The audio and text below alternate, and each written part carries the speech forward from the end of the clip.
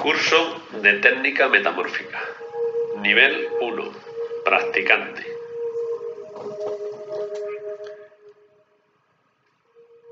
Introducción. ¿Qué es la técnica metamórfica? La técnica metamórfica es una terapia en la que se realiza un toque suave, casi como una caricia, en pies, manos y cabeza. Este toque se lleva a cabo siguiendo un recorrido que corresponde a la zona refleja de la columna vertebral. En el recorrido metamórfico podemos encontrar una serie de puntos o zonas que se corresponden con las diferentes etapas de gestación del ser humano desde antes de la concepción hasta el momento del parto. A grandes rasgos podemos decir que esta técnica ayuda a todo el que la recibe a desbloquear patrones negativos y nudos de estrés que se han incorporado en las diferentes fases de gestación del ser humano.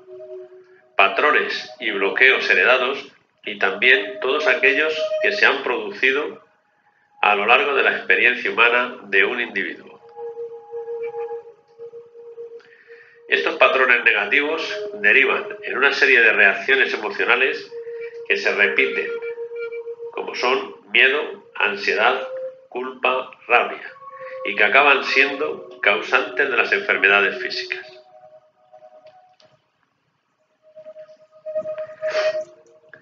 Diversas denominaciones de la técnica metamórfica. A lo largo de su historia, la técnica metamórfica ha recibido diferentes nombres. Veamos a continuación las diferentes denominaciones que recibe esta técnica.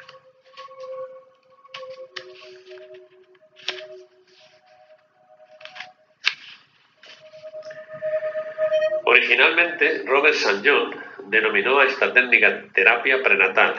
Ya desde sus inicios, Robert St. John se dio cuenta de que esta técnica sanaba los bloqueos producidos durante el periodo de gestación.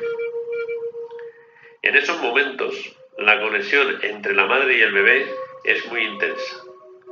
Todo lo que le pasa a la madre, el bebé lo siente.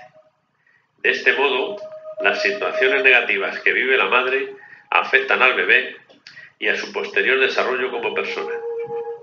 Esta terapia restablece la energía vital original que todas las personas tenemos en ese periodo de gestación. A medida que Robert St. John fue trabajando con esta técnica y fue viendo los cambios que se producían en las personas que la recibían, pasó a llamarla metamorfosis, ya que realmente las personas que recibían esta técnica experimentaban fuertes cambios a distintos niveles. En muchos casos se producía una auténtica transformación o metamorfosis. Más adelante, uno de sus discípulos, el francés Gaston Saint-Pierre, le cambió el nombre a técnica metamórfica, que es la denominación con la que actualmente es más conocida esta terapia. Otro nombre con la que podemos encontrar esta terapia es masaje metamórfico. Algunos dicen que esta no es una denominación correcta, ya que realmente no se trata de una técnica de masaje. Bien, es cierto que se hace muy difícil explicar con palabras qué es realmente la técnica metamórfica, y masaje puede ser una aproximación que muchas personas podrán entender fácilmente. Niveles de la técnica metamórfica. Hemos dividido la técnica metamórfica en dos niveles o cursos y un tercer nivel de maestría, aunque el creador de la técnica no utilizó ningún sistema de niveles para enseñarla. Sus alumnos fueron creando poco a poco el método de repartir todo el temario en diferentes etapas para que su aprendizaje fuera más progresivo y de este modo no saturar al alumno con una gran cantidad de información. El aprendizaje por niveles ayuda a que el alumno pueda experimentar lo aprendido en cada fase, De este modo comprende mucho mejor las siguientes materias, ya que no solo las ha entendido intelectualmente, sino que las ha podido experimentar a un nivel práctico. Estos son los dos niveles y una breve explicación de sus contenidos. Del nivel de maestría hablaremos más adelante. Nivel 1. Practicante. Los orígenes y la historia de la técnica. Principios. Explicación del recorrido metamórfico y sus puntos en pies, manos y cabeza. Indicaciones sobre cómo realizar esta terapia, tanto desde el punto de vista del practicante y como del receptor. Nivel 2. Avanzado. Profundización en las explicaciones sobre el recorrido metamórfico y sus puntos. Aprendizaje de la realización de la técnica a distancia. Herramientas para potenciar el masaje. Herramientas para mejorar la calidad en la ejecución del practicante. Mudras metamórficos. Descripción de anomalías en el pie. Puntos de vista diferentes sobre el recorrido metamórfico y sus puntos. Principios universales para comprender mejor la cosmovisión de la metamorfosis. Historia de la técnica metamórfica. Robert St. John, naturópata y reflexólogo inglés, nacido en 1914, trataba a una niña de 18 meses de diversas dolencias físicas del aparato respiratorio con reflexología podal. Esta niña padecía además el síndrome de Down profundo. En una de las sesiones de reflexología, y viendo que no obtenía mejorías, sintió la necesidad de cambiar el procedimiento habitual y simplemente acarició sus pies con suavidad. Al hacerlo, se dio cuenta de que la niña reaccionaba de una forma diferente. Su mirada se transformaba. Parecía que empezaba a tomar conciencia de alguna cosa y poco a poco se iba serenando. En las siguientes sesiones iba acariciando sus pies y observaba las reacciones que la niña tenía. Al ser reflexólogo, St. John sabía que la zona que acariciaba en la parte interna del pie es refleja de la columna vertebral, el canal principal por donde circula la energía vital y desde el cual se distribuye a todo el cuerpo. Completó este nuevo masaje acariciando también esa misma zona refleja en las manos y en la cabeza y obtuvo resultados sorprendentes. La niña mostraba signos de mayor concentración y serenidad. Incluso empezó a cambiar su fisonomía.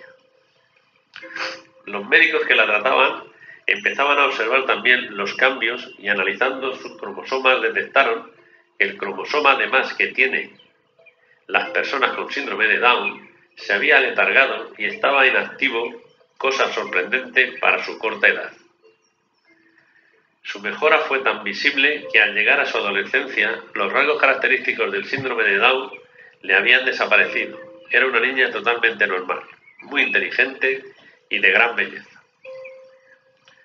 Robert St. John continuó probando la nueva técnica con niños autistas y comprobó que cuando le permitían el contacto se producían importantes reacciones.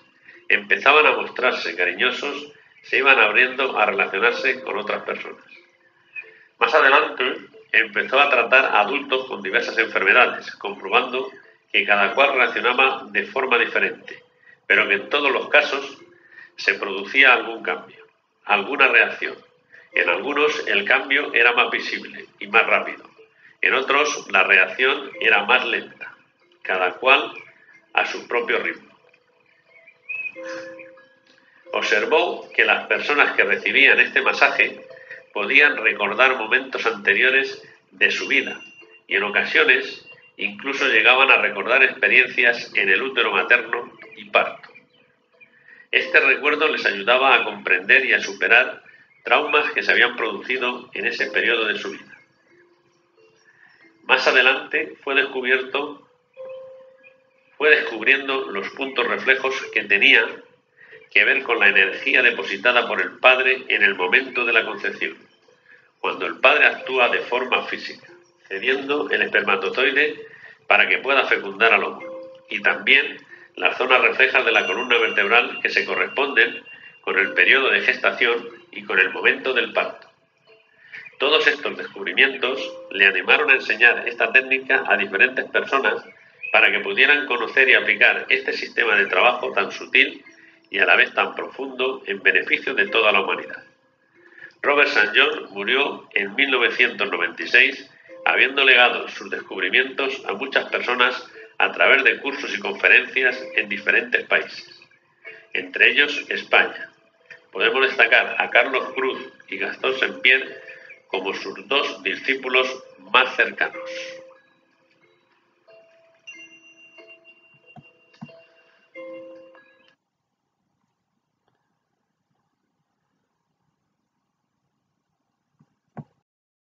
Conceptos de la técnica metamórfica. Principios de la técnica metamórfica. La técnica metamórfica se basa en el concepto de medicina holística que reconoce que una persona es una unidad integrada por cuerpo, mente y espíritu.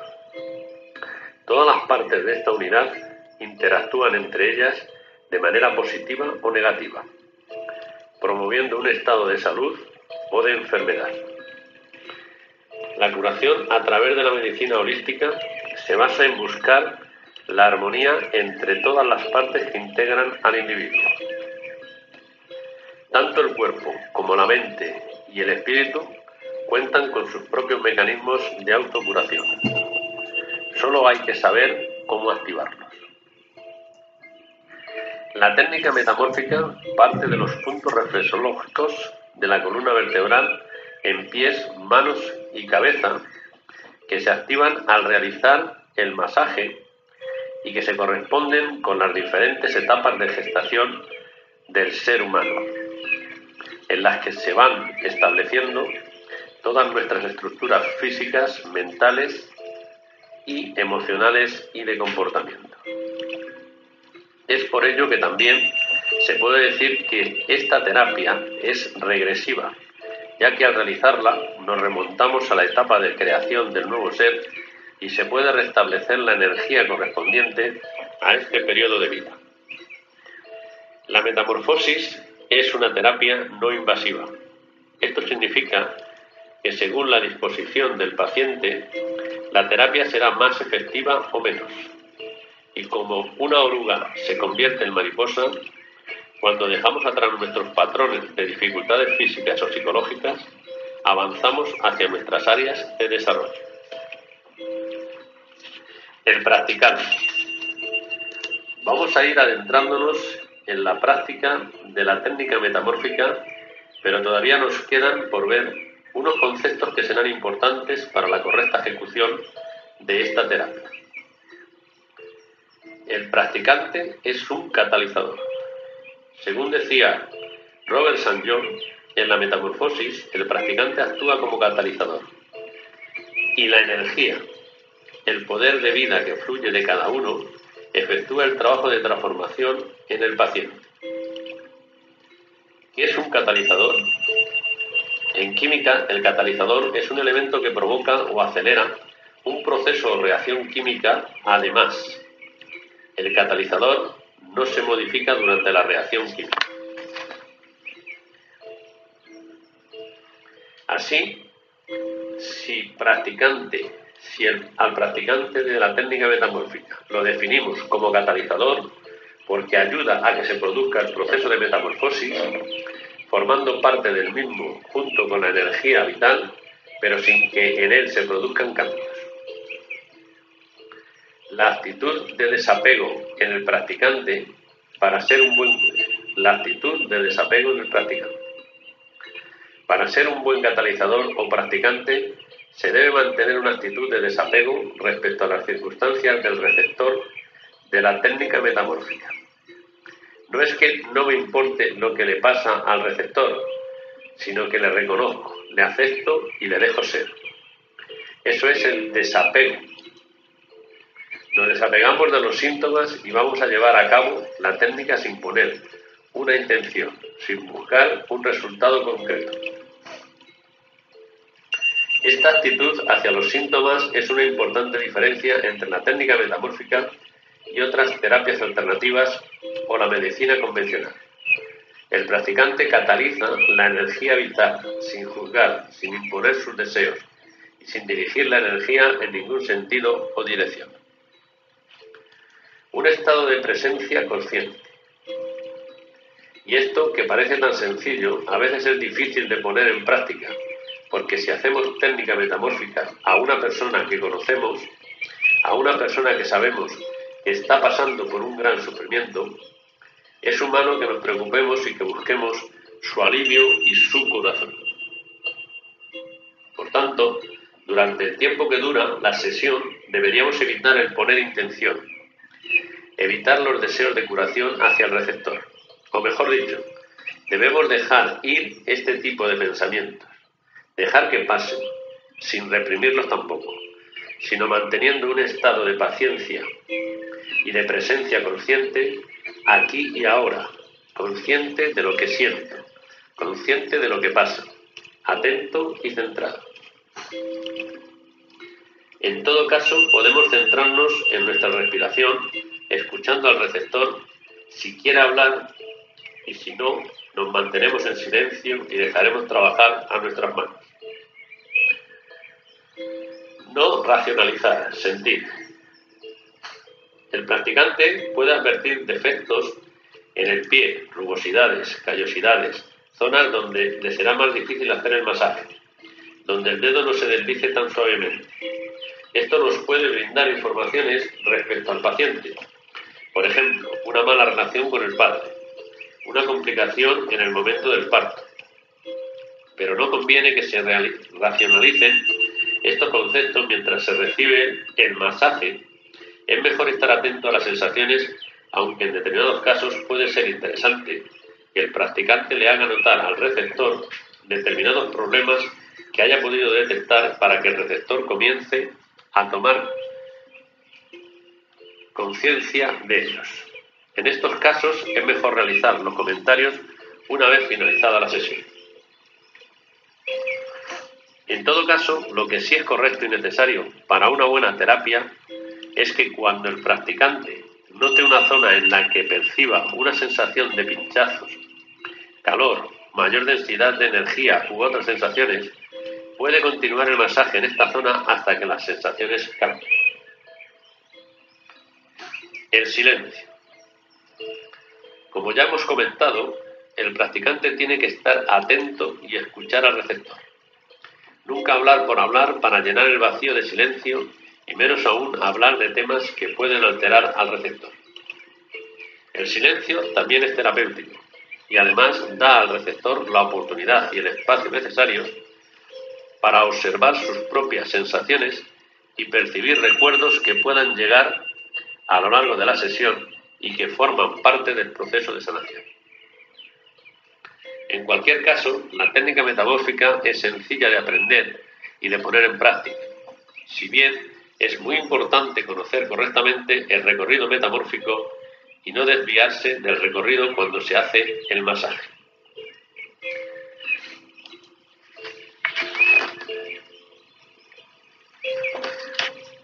El receptor.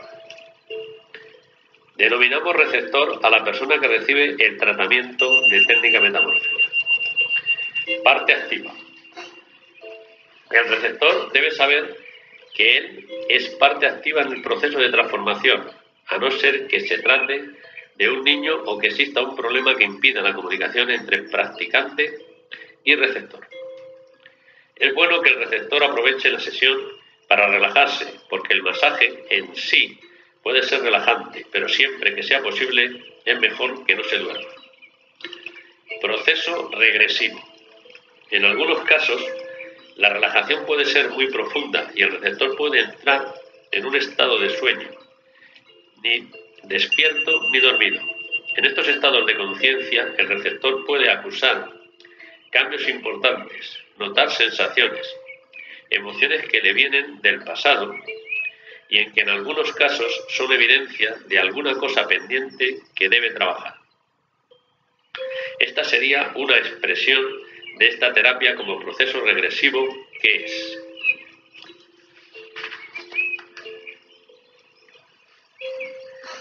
Este trabajo regresivo también puede hacerlo sin llegar a ser consciente del todo, porque no se dé cuenta de las circunstancias que se producen o que le parezca que no tienen que ver con la terapia. También es posible que se produzcan cambios y situaciones a un nivel que el ser humano no puede captar. Atención a las sensaciones. El receptor debe estar atento a las sensaciones que perciba, sin juzgarlas, pero siendo consciente de los pinchazos, hormigueos, calor, que pueda sentir en determinadas zonas del recorrido. Es bueno que tome conciencia de estas sensaciones, aunque no entienda por qué se producen. La toma de conciencia de estas sensaciones forma parte del proceso de transformación. También es bueno que lo comunique al practicante para que éste pueda estar más rato en esta zona hasta que la sensación disminuya o desaparezca. Por todo ello es importante que el receptor esté sentado o medianamente incorporado cuando recibe el masaje. Después de la sesión. Después de recibir la sesión y en días posteriores, el receptor también puede tener recuerdos que le vienen del pasado, cambios en las circunstancias actuales. Por ejemplo, una persona con la que tuvimos mucha relación en el pasado y con la que tenemos algún asunto pendiente viene a vernos. Sueños que le pueden transmitir información, sueños que le ayudan a sanar. También puede detectar cambios físicos en las zonas de recorrido, callosidades que desaparecen, juanete que se vuelve menos pronunciado y otros cambios como puede ser cambio en el color y rugosidad de una uña del dedo gordo del pie. Todos estos cambios son expresión del trabajo energético que se está realizando a través de la técnica metamórfica.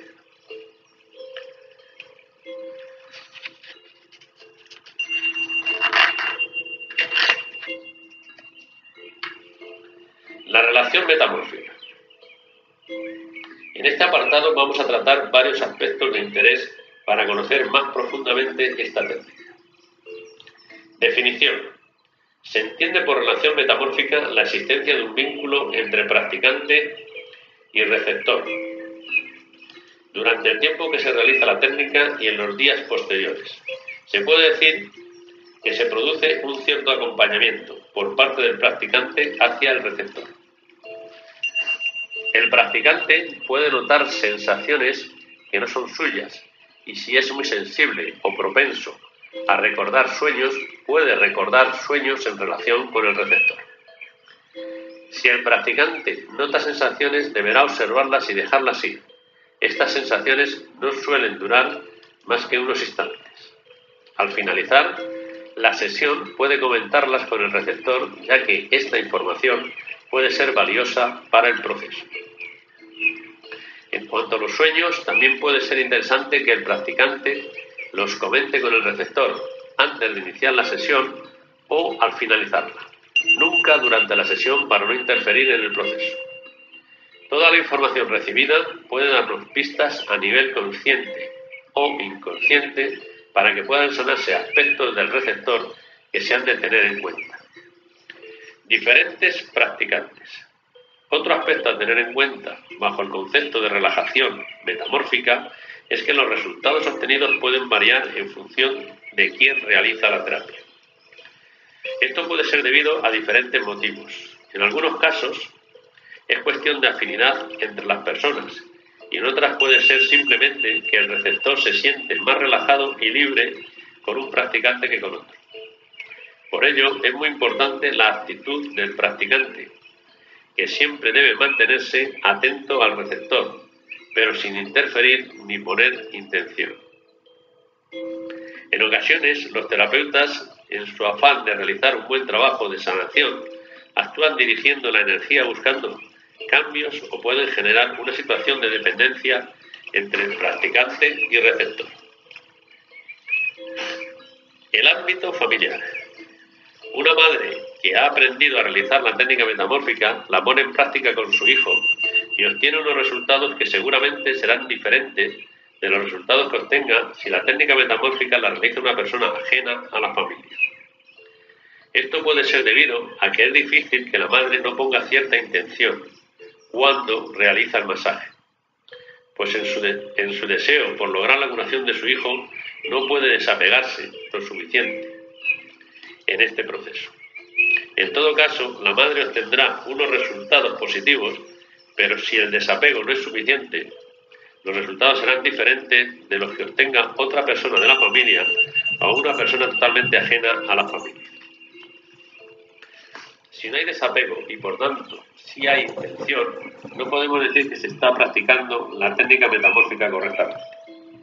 Sin embargo, en otro sentido, los vínculos familiares pueden ser buenos por el conocimiento intuitivo del patrón genético que tienen los familiares entre sí, lo que hace que la práctica de esta técnica entre familiares pueda dar unos resultados especiales y muy positivos.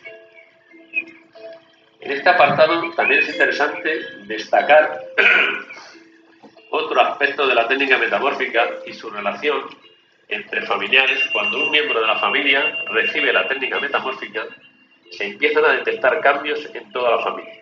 De hecho, si un miembro de la familia cambia, están cambiando los otros, porque forman parte de esa misma familia. Por otra parte, cabe señalar que los niños que reciben esta terapia normalmente avanzan más en sus cambios si sus padres también reciben el tratamiento. Si la técnica se aplica entre familiares, es bueno que de vez en cuando un tercero, ajeno a la familia, lleve a cabo un tratamiento a los distintos miembros de la familia.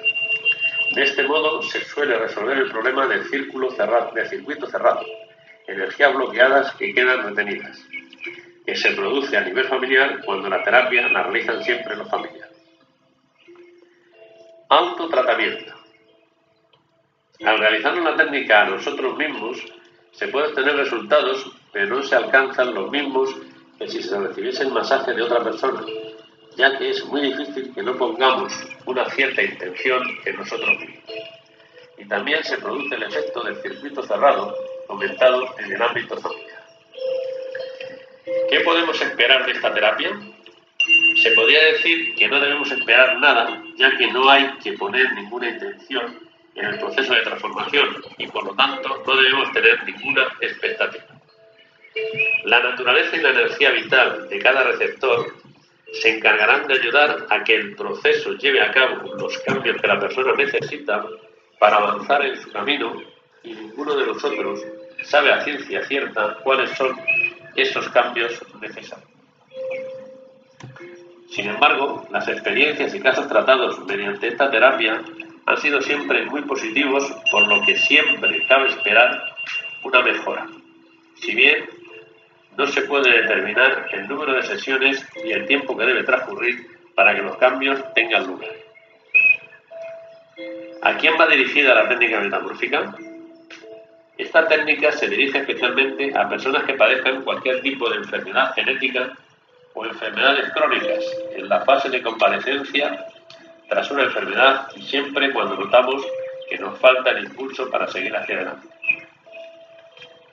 También resulta muy efectiva como terapia de apoyo para todo lo que desea avanzar en su camino, ya que los efectos del masaje se extienden más allá de un proceso de sanación física, ayudando a quien lo recibe a avanzar y desarrollarse en su senda espiritual. Su aplicación en niños es muy interesante, especialmente en el tratamiento de casos tan frecuentes hoy en día como el trastorno por déficit de atención y la hiperactividad. Patrones energéticos negativos y nudos de estrés. ¿Qué son los patrones negativos? Los patrones negativos se pueden definir como una forma de programación interna que en un determinado momento se activa y nos hace comportarnos de una manera muy concreta ante una determinada situación. Un patrón negativo es una estructura energética que generalmente adopta formas geométricas y en ocasiones formas punzantes adhiriéndose a nuestro sistema energético. Se podría decir incluso que los patrones negativos son una especie de entidades posesoras, porque cuando nos encontramos en una determinada situación, la energía de ese momento resuena con la energía del patrón negativo activándolo.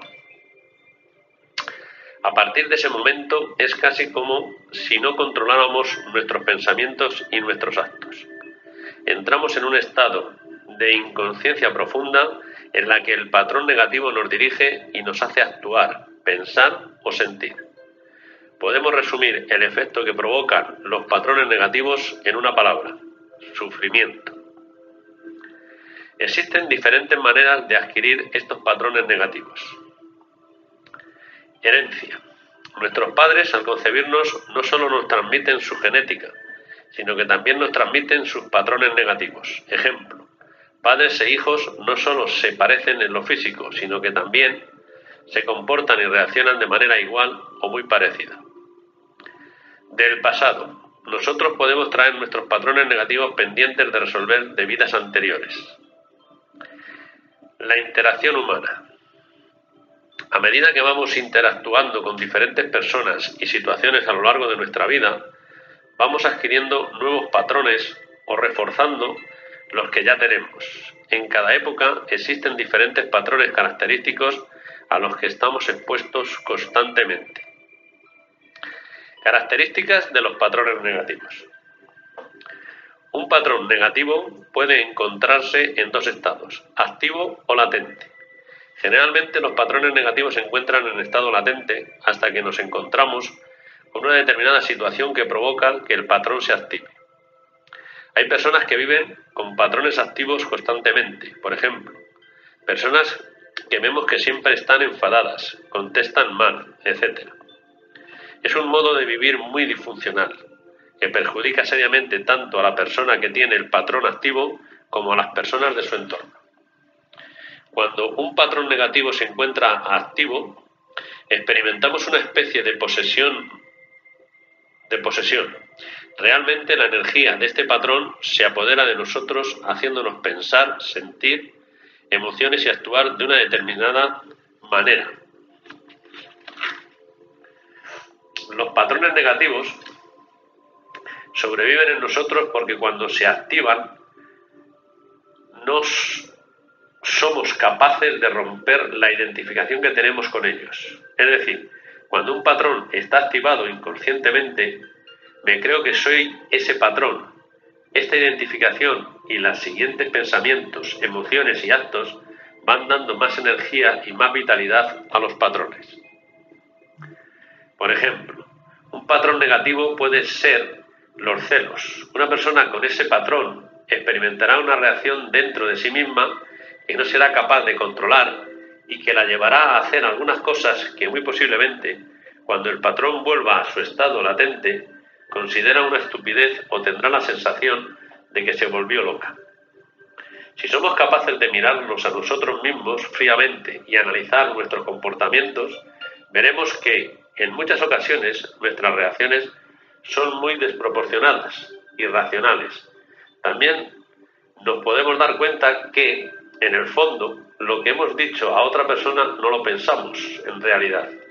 Por ejemplo, cuando discutimos con nuestra pareja, podemos decir frases agresivas y atacarla de forma desproporcionada. Pero cuando se nos pasa el enfado, nos damos cuenta que realmente no pensamos lo que hemos dicho y que en realidad queremos mucho a nuestra pareja.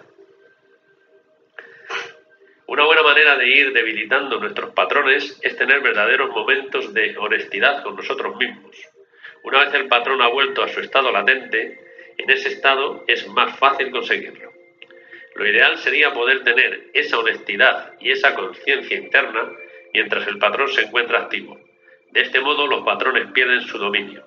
Ahora, contamos con herramientas como la técnica metamórfica que nos ayudan a debilitar y eliminar los patrones negativos.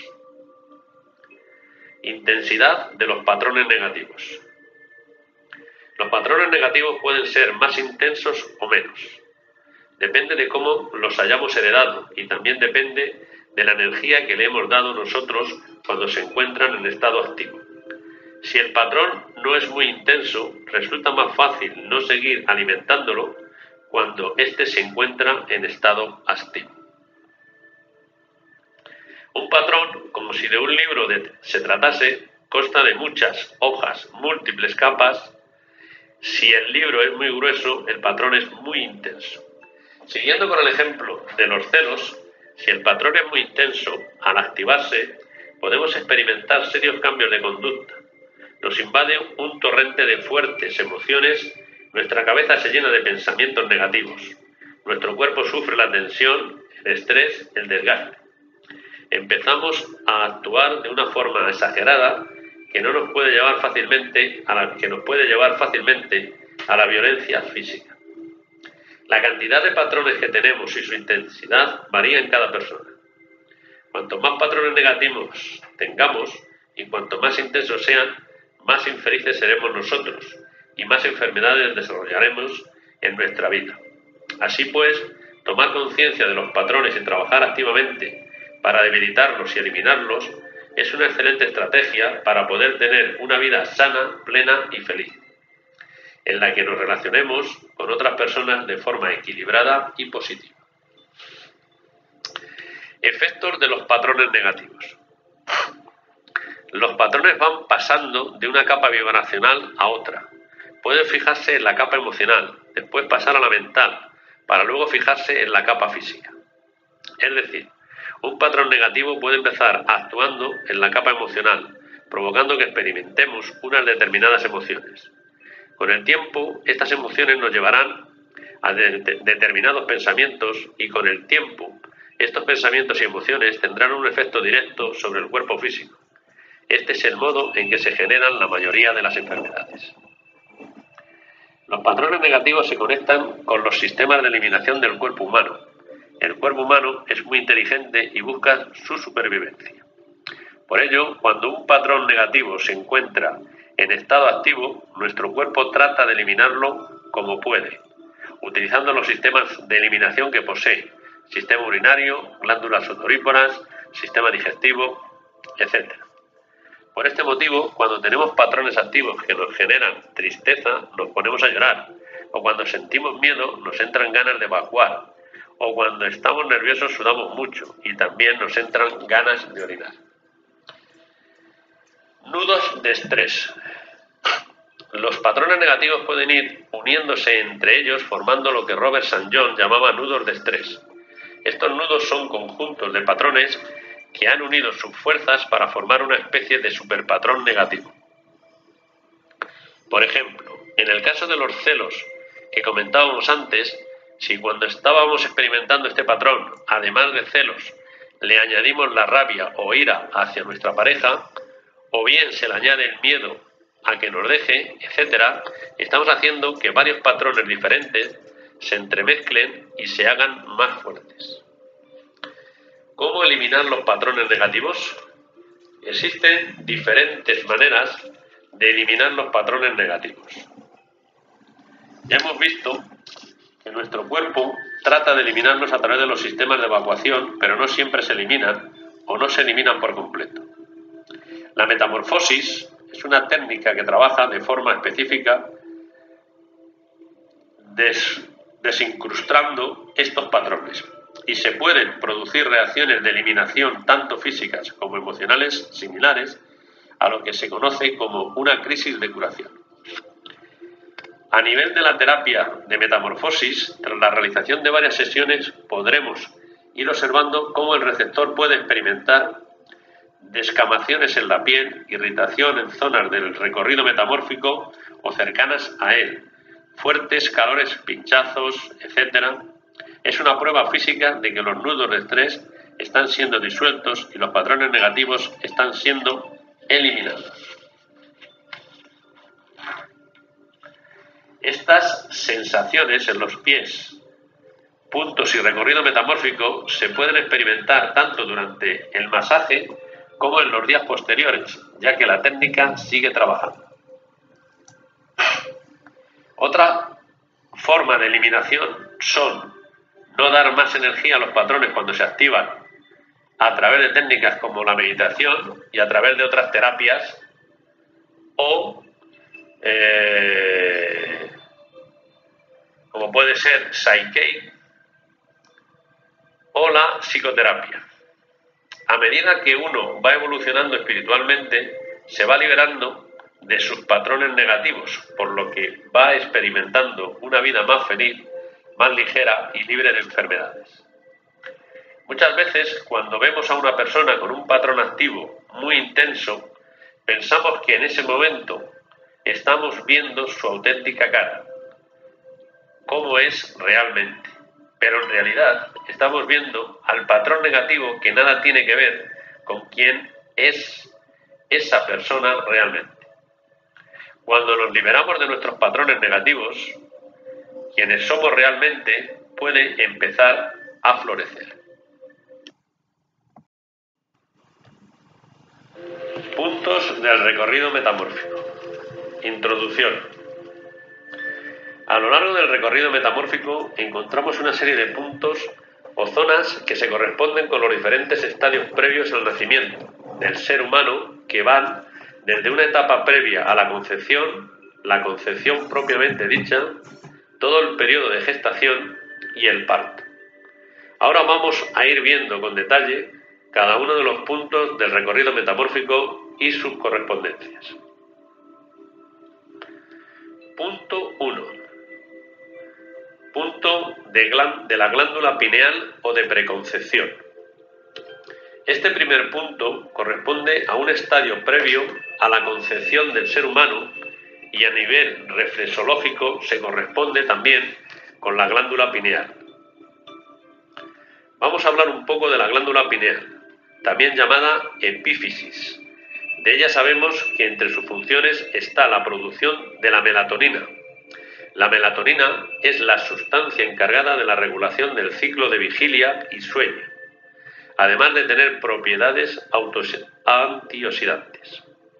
Se puede tomar melatonina sintética en dosis terapéuticas recomendadas por un especialista para mejorar los problemas de insomnio y el efecto del jet lag.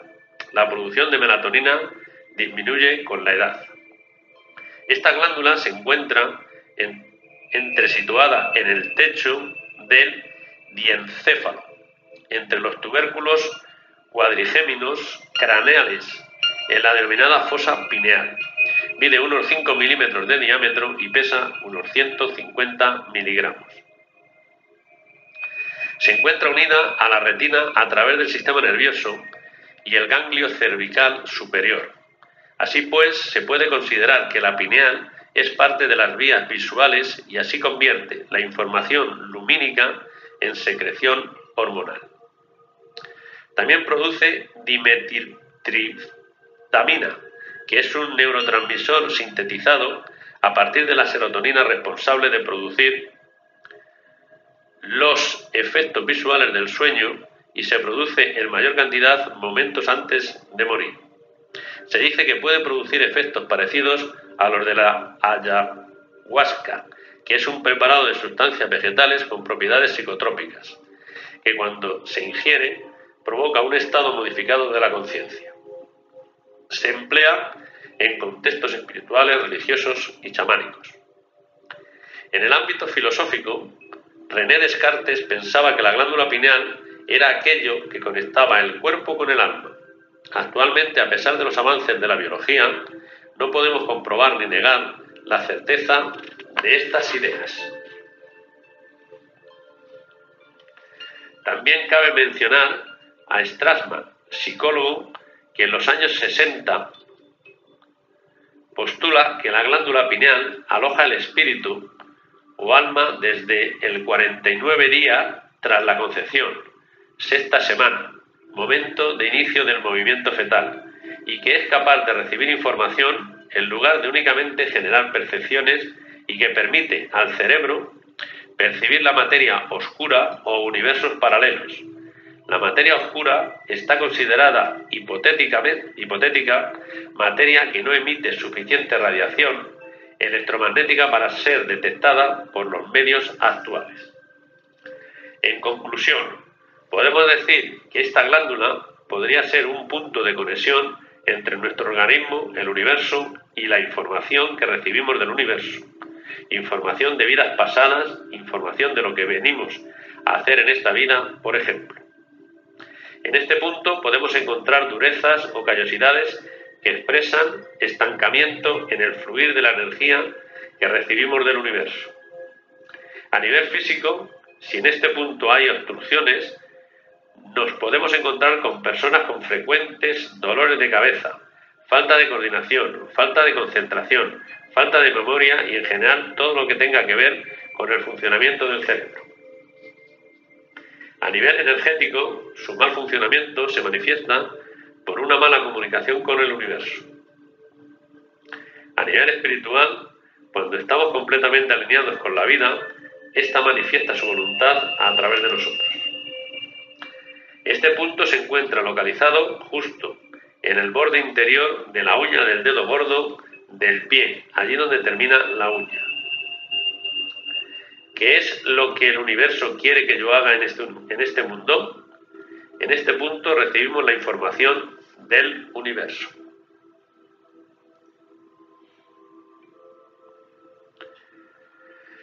Punto 2. Punto de la glándula pituitaria o de preconcepción. Este punto se relaciona con la glándula pituitaria y se corresponde con un estado previo a la concepción del nuevo ser. La pituitaria o hipófisis es una glándula endocrina que segrega hormonas encargadas de regular la homeostasis, procesos que mantienen estables las funciones del organismo, y segrega hormonas que regulan la activación de otras glándulas del organismo humano. Podemos decir que es una glándula de glándulas. Además, se encuentra conectada con el hipotálamo, otro de los directores del organismo a nivel funcional. Se aloja en un espacio óseo llamado silla turca del hueso esfenoides, en la base del cráneo. Mide aproximadamente 12 milímetros de diámetro y pesa alrededor de 500 miligramos. En este punto podemos notar asperezas, pinchazos o problemas con la cutícula de la uña, que indican que la traducción que realiza la glándula pituitaria respecto a la información que recibe de la glándula pineal no es correcta. Para entenderlo mejor, podemos comparar a la glándula pineal con un disco duro que recibe información del universo y la glándula pituitaria sería nuestro procesador. Podemos tener mucha información contenida en la glándula pineal, pero si nuestro procesador no la recibe o no funciona correctamente, esta información no se traducirá en órdenes para el resto de nuestro organismo. A nivel físico, igual que en el primer punto, aquí también nos encontramos ante problemas en el funcionamiento cerebral, memoria, claridad mental y todo lo relacionado con el funcionamiento glandular, ya que la glándula pituitaria envía información para que otras glándulas corporales actúen segregando las hormonas que les correspondan. A nivel energético, su mal funcionamiento conlleva que aunque la persona resuelva problemas inmediatos, no tiene claro el papel que juega el tiempo en su vida y vive en un estado de flotación y no termina de saber hacia dónde debe dirigirse. Este punto se encuentra localizado en la base de la uña de la parte interna del dedo gordo del pie. La información del universo me ha llegado, pero yo no he sabido interpretarla. Punto 3. Punto de la concepción. Los primeros puntos que hemos visto hasta ahora se referían a un estado previo a la concepción y la información recibida por el nuevo ser aún no creado se corresponde con conceptos y valores universales. A partir de ahora, el ser ya existe en el plano físico y va a recibir influencia de este mundo. En concreto, este punto comprende los patrones aportados por el padre, la madre y las condiciones del medio ambiente y de la propia especie. También se revelan en este punto patrones relacionados con la expresividad. Si se observan callosidades en este punto, puede ser debido a problemas en la expresividad. La persona tiene problemas para expresarse o no se expresa como realmente es, y problemas con el padre en el momento de la concepción. Es sobre todo un punto de influencia de la energía del padre, ya que es la única etapa en la que actúa la energía física del padre. Se le denomina también el punto del padre. A nivel físico, problemas en cuello, garganta, cervicales y glándulas tiroides y paratiroides son indicativos de dificultades en relación con este punto. Las sensaciones de ahogo y de ansiedad, la timidez, el miedo, el sometimiento y la falta de seguridad son aspectos que también aparecen cuando hay desarreglos en este punto. A nivel energético, podemos decir que en este punto se concretiza lo que antes era potencial. Este punto se encuentra localizado en la prominencia de la primera articulación del dedo gordo. La información del universo me ha llegado, la he comprendido, pero no soy capaz de expresarla correctamente. Punto 4. Punto de posconcepción.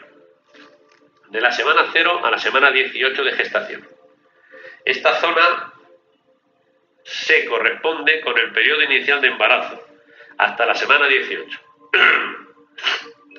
En la sexta semana, sobre el día 49, se ha iniciado la formación de los pulmones, lo que inicia el proceso de independencia del nuevo ser que empieza a madurar y a tomar conciencia de su responsabilidad. Es quizás por ello el momento en el que se producen más abortos espontáneos, seres que deciden no seguir adelante con la vida en este momento. También es la época en que se iniciará el desarrollo del oído en el feto, que empezará a oír voces que le pueden transmitir seguridad o sufrimiento. Y esto se verá reflejado más adelante en actitudes de fortaleza o inseguridad en el nuevo ser. En una etapa de gestación muy importante, en la que comienzan los cambios en el útero materno y se produce una gran influencia de la madre y del entorno sobre el embrión feto. La madre, que se encuentra en una buena relación metamórfica, puede sentir las tendencias del feto en su camino hacia su vida física. A nivel físico, al tratarse del periodo en el que se empiezan a construir los órganos del nuevo ser, si esta etapa no transcurrió de forma satisfactoria, se verá reflejada. En este punto se encuentra localizado